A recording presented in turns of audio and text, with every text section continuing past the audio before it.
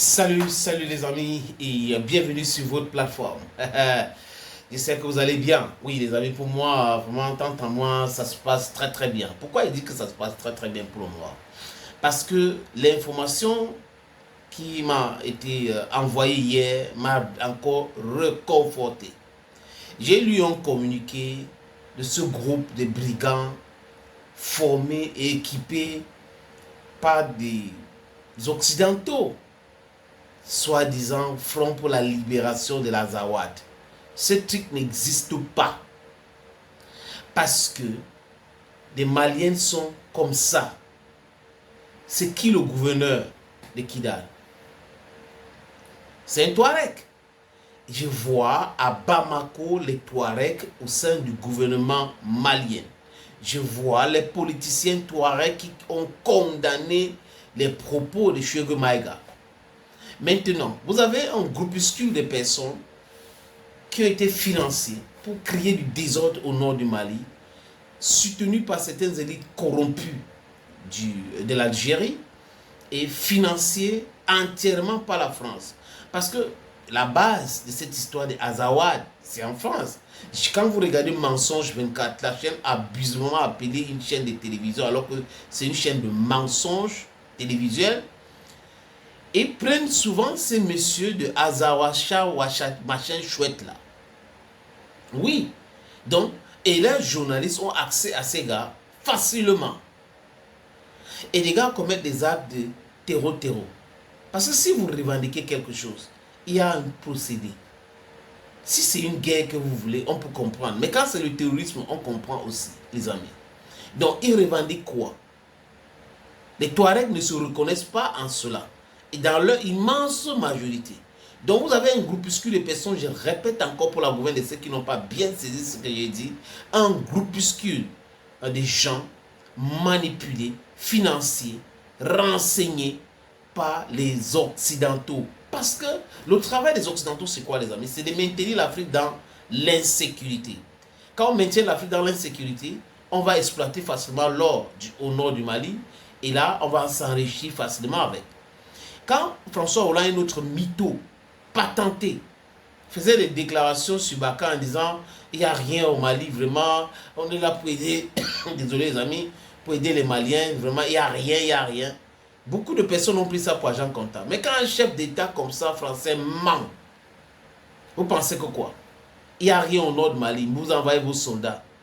Et il y a un autre mytho, patenté, qui s'appelle Jean-Marie Bockel, qui vient vous dire en mondovision, c'est-à-dire que les gens étalent les mythomanies, je ne sais pas si c'est ce que je vais employer le mot comme ça, aux yeux de tout le monde, que les pays africains ne veulent pas chasser, ne veulent pas fermer, ou ne veulent pas de la fermeture des bases militaires françaises, mais ceci, cela.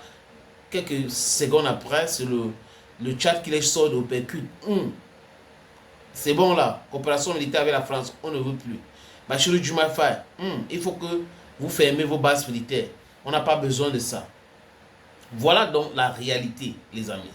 Donc voilà la qualité des gens qui soutiennent l'insécurité en Afrique. Ils ont toujours soutenu l'insécurité en RCA, soutenu l'insécurité au Tchad, soutenu l'insécurité au Niger, au Burkina Faso, au Mali. Et ce sont eux qui ont créé le désastre en Libye. Il dit le désastre en Libye a été créé par ces gens-là.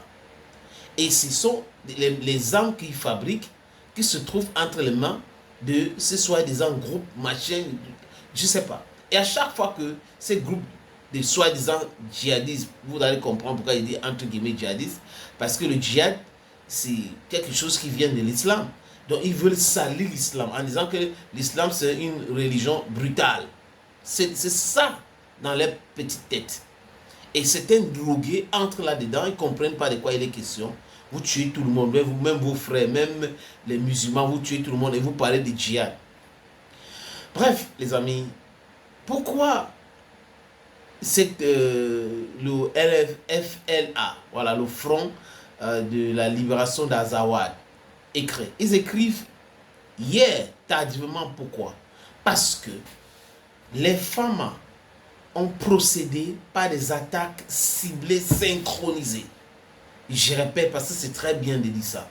Les attaques ciblées et synchronisées de drones au nord du Mali, dans la région de Tizoï-Téné. Et là, il y a eu les frappes chirurgicales, les amis. C'est-à-dire que, je ne sais pas si c'est une frappe, oui, c'est une frappe. Les frappes chirurgicales, pam, pam, pam, pam, pam, et ça a éliminé la quasi-totalité des cadres de cette histoire, le front de la libération d'Azawad. Ils écrivent, ils disent que oui, il y aura toujours les martyrs, il y aura toujours les martyrs. Quand ils avaient fait les histoires, il y a de cela quelques mois au nord du Mali, nous avons dit à nos auditeurs, à nos téléspectateurs, à ceux qui nous suivent, que les Occidentaux étaient derrière. Et on a prouvé cela avec certaines questions. 12 000 téléphones, les motos neufs, le carburant. Ce n'est pas le gouvernement malien qui le fait. Ce n'est pas le gouvernement algérien officiellement. Ce n'est pas le gouvernement mauritanien officiellement. Donc, c'est certaines élites au sein du gouvernement algérien, mauritanien, avec la complicité des Occidentaux, qui financent cela. Qui financent cela. Les pharma, je vous applaudis encore. Force et courage à vous. Monsieur le Président, le général Assimi Goïta. Force et courage à vous. C'est comme ça qu'il faut répondre à ces gars-là. Ils pensaient qu'ils avaient le renseignement. Les Occidentaux pensent qu'ils sont les seuls qui ont le renseignement. L'armée malienne a le renseignement. L'armée russe est même plus puissante que cela. Et ce sont nos alliés fidèles depuis les indépendances. Quand on était à la quête de nos indépendances, la Russie était avec nous. Et ils sont là de façon sincère, aussi pour les intérêts, mais pour l'amitié. Parce que c'est important de savoir que la diplomatie de point de vue du Sud ou des sudistes que nous sommes, c'est des intérêts et de l'amitié.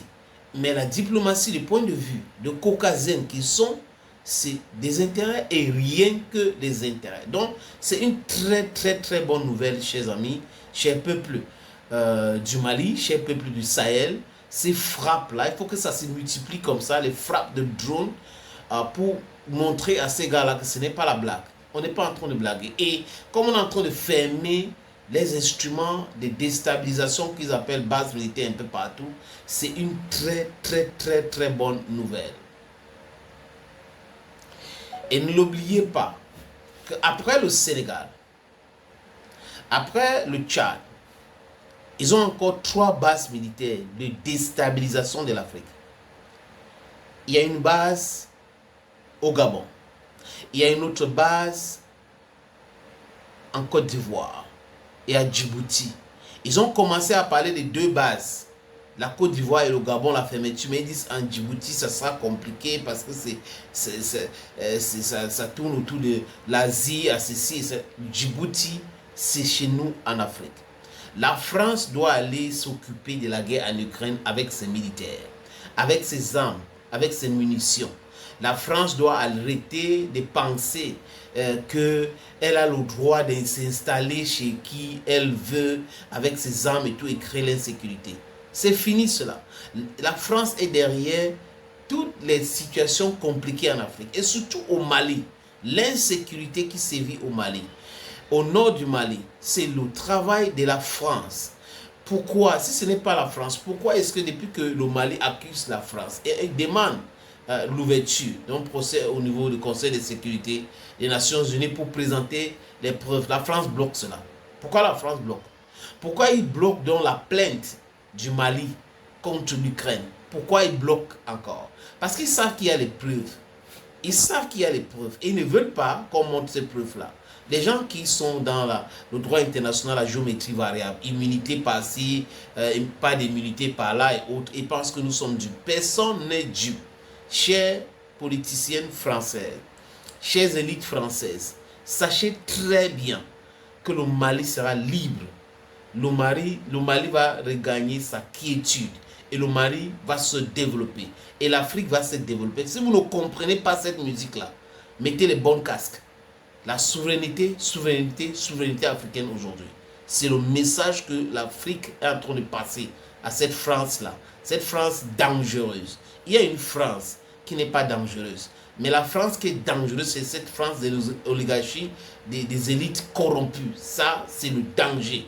Et nous tous, nous devons les combattre. Thank you, friends.